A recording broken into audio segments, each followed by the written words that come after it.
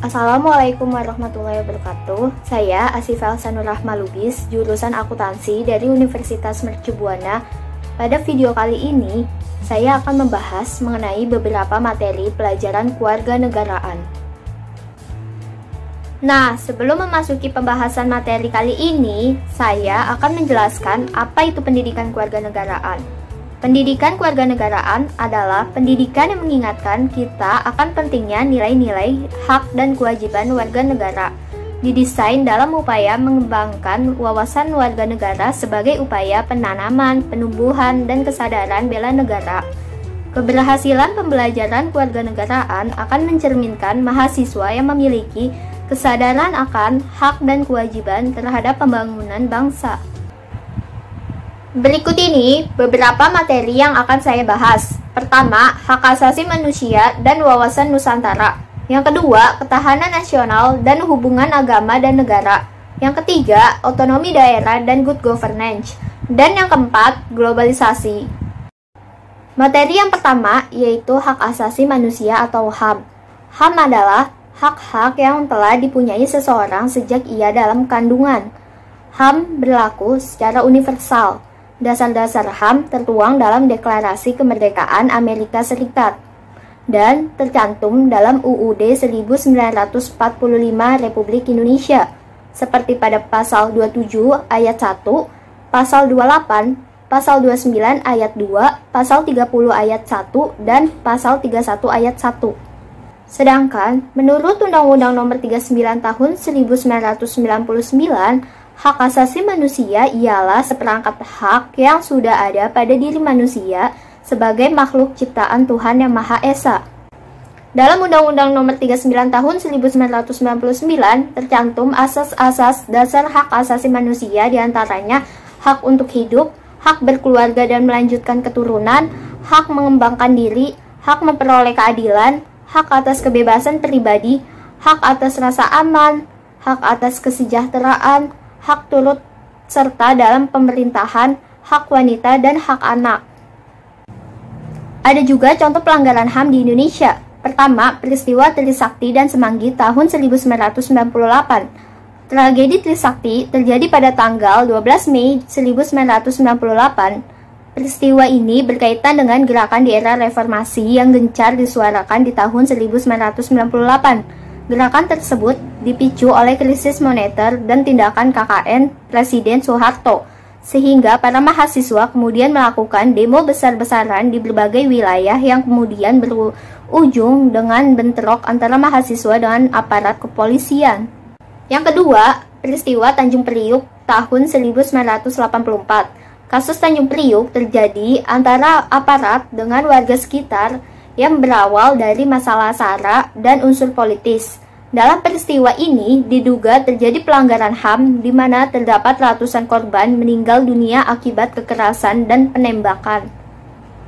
Yang ketiga yaitu penculikan aktivis tahun 1997 sampai dengan 1998, peristiwa penghilangan orang secara paksa atau penculikan terhadap para aktivis pro-demokrasi yang terjadi menjelang pelaksanaan pemilihan umum tahun 1997 dan Sidang Umum Majelis Permusyawaratan Rakyat tahun 1998 Jakarta Selatan.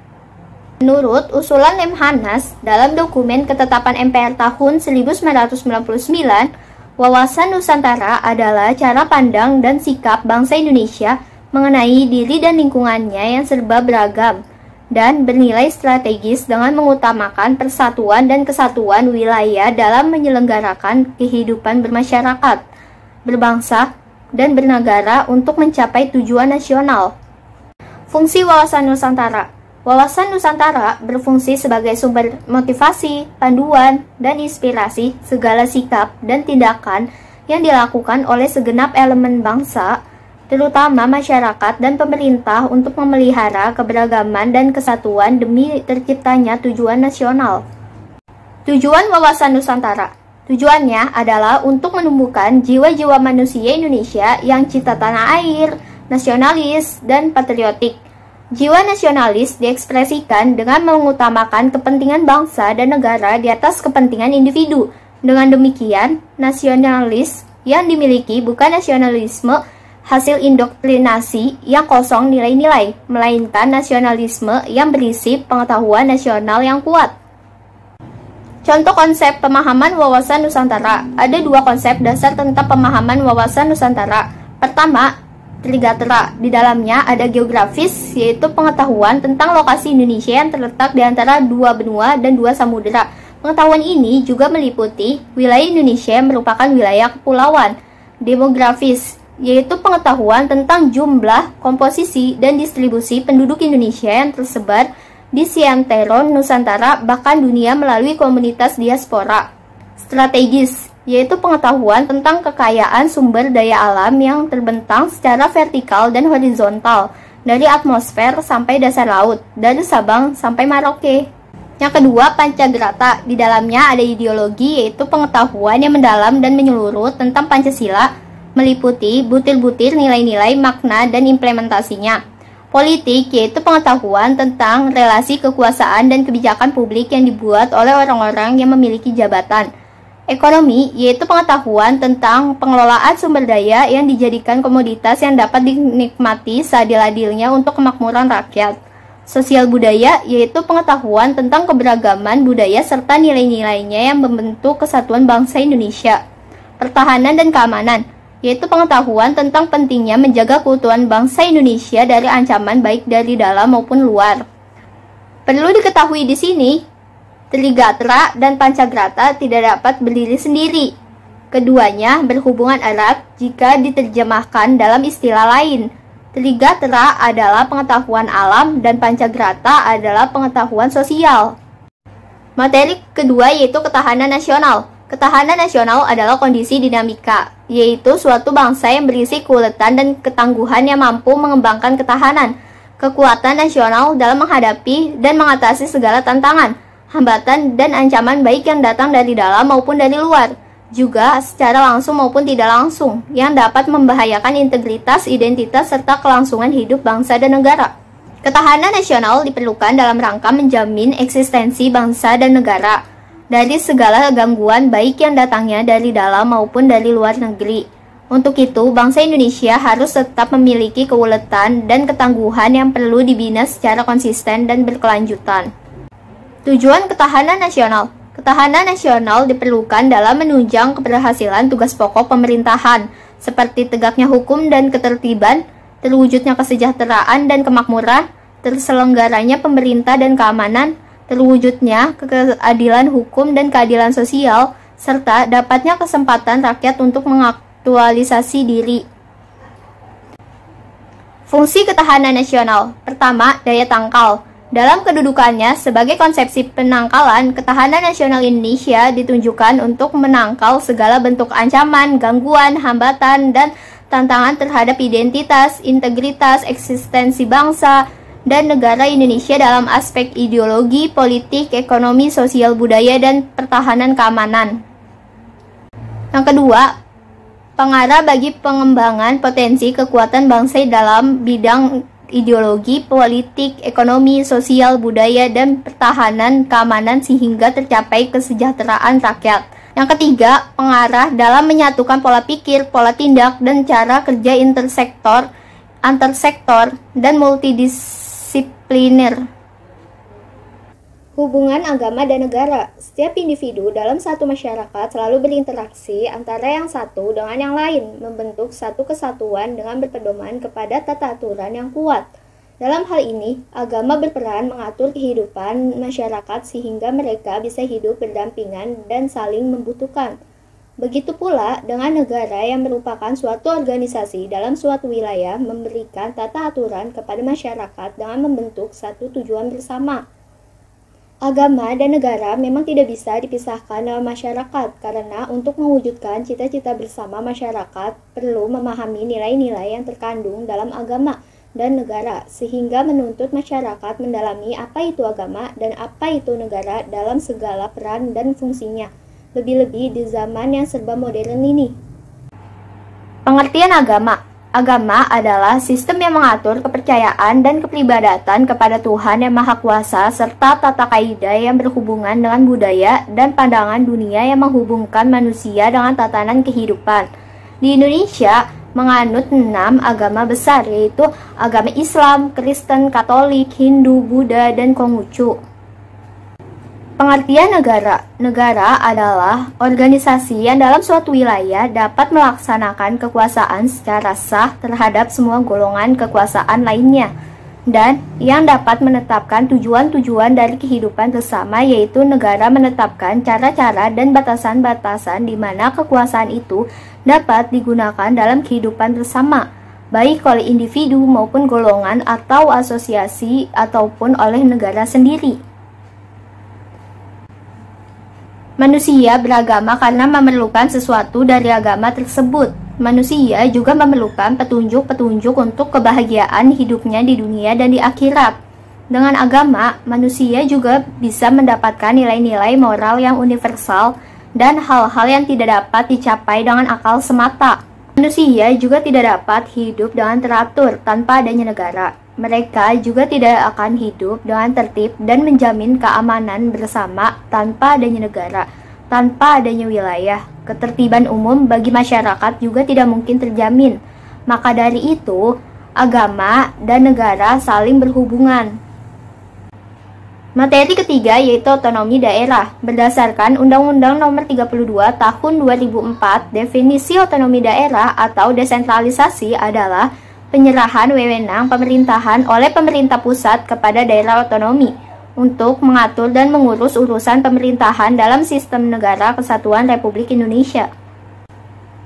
Tujuan otonomi daerah: peningkatan pelayanan masyarakat yang semakin baik, pengembangan kehidupan demokrasi, keadilan nasional, pemerataan wilayah daerah, pemeliharaan hubungan yang serasi antara pusat dan daerah, serta antar daerah dalam rangka keutuhan NKRI, mendorong pemberdayaan masyarakat, menumbuhkan prakarsa dan kreativitas, peningkatan peran serta masyarakat, mengembangkan peran dan fungsi DPRD.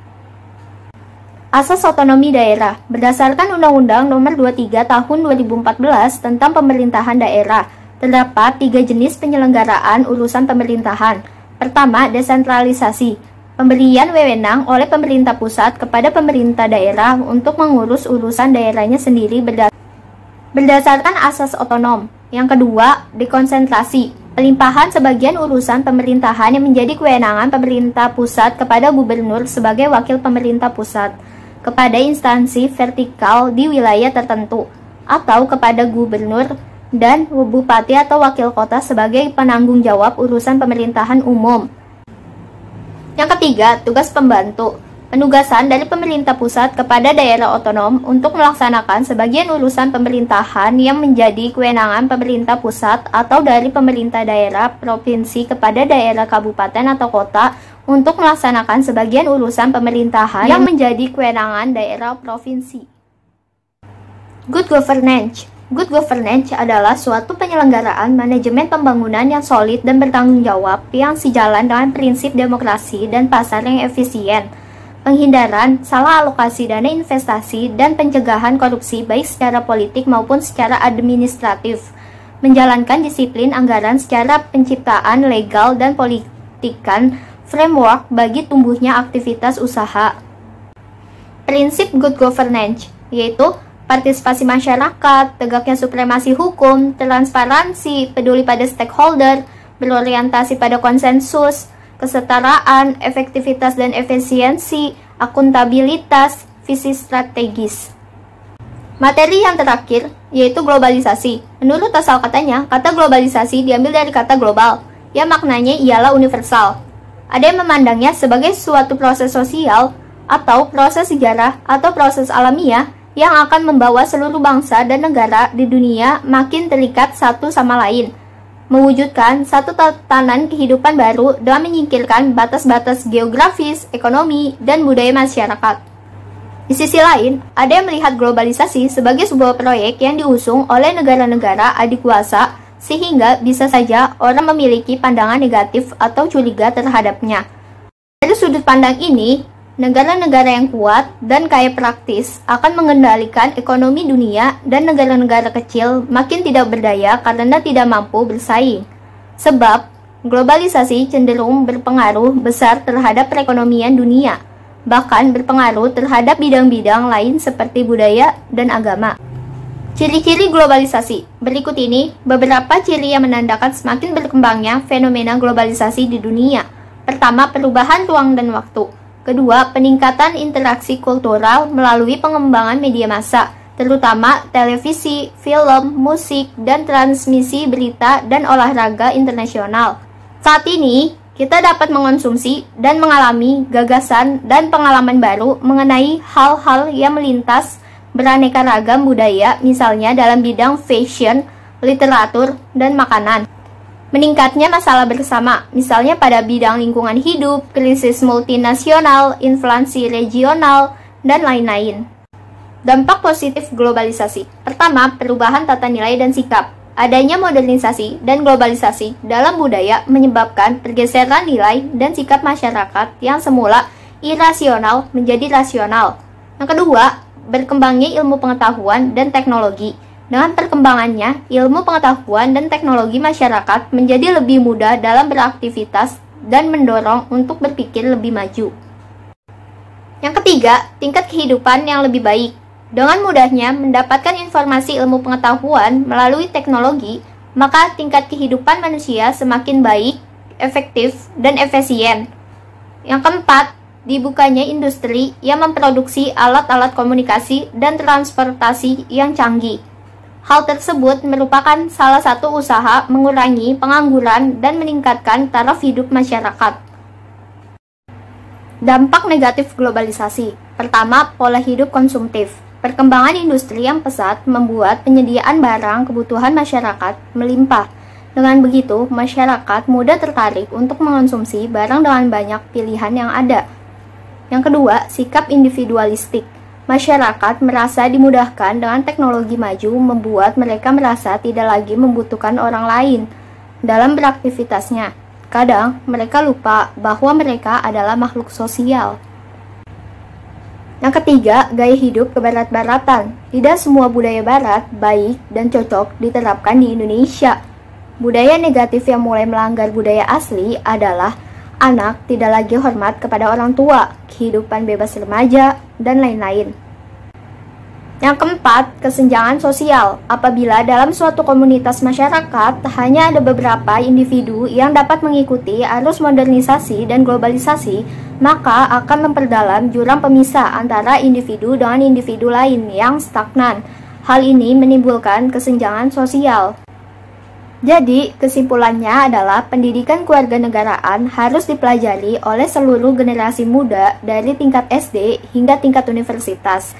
Pendidikan ini sangat penting bagi mahasiswa karena yang pertama, menjadikan pribadi mahasiswa yang mengetahui hak dan kewajibannya sebagai warga negara Indonesia. Dengan begitu, mahasiswa bisa menjadi pelopor kehidupan berbangsa dan bernegara yang berkeadilan, berkemanusiaan, dan berdemokrasi. Yang kedua, menjadikan pribadi mahasiswa yang berpikir kritis. Dengan adanya pendidikan kewarganegaraan, mahasiswa bisa berpikir kritis mengenai isu nasional dan internasional. Diharapkan mahasiswa menjadi agent of change atau agen pembaharuan yang mendorong perubahan sosial dan ekonomi secara terencana. Yang ketiga, menjadikan pribadi mahasiswa yang bertoleransi tinggi. Pendidikan kewarganegaraan bisa membuat mahasiswa menjadi paham akan budaya dan adat dari segala suku bangsa di Indonesia. Dengan begitu, mahasiswa bisa menjadi generasi penerus bangsa yang memiliki toleransi tinggi terhadap adat dan budaya yang berbeda. Yang keempat, menjadikan pribadi mahasiswa yang cinta damai. Dengan belajar mengenai demokrasi, diharapkan mahasiswa bisa menjadi sosok penerus bangsa yang demokratis dan cinta damai sehingga tujuan demokrasi Pancasila di Indonesia bisa tercapai. Buah matang satu persatu, kelapa tua dipetik kera. Mari kita bantu-membantu, membangun bangsa dan negara. Cukup sekian video dari saya, semoga video ini bermanfaat untuk kalian. Assalamualaikum warahmatullahi wabarakatuh. Terima kasih.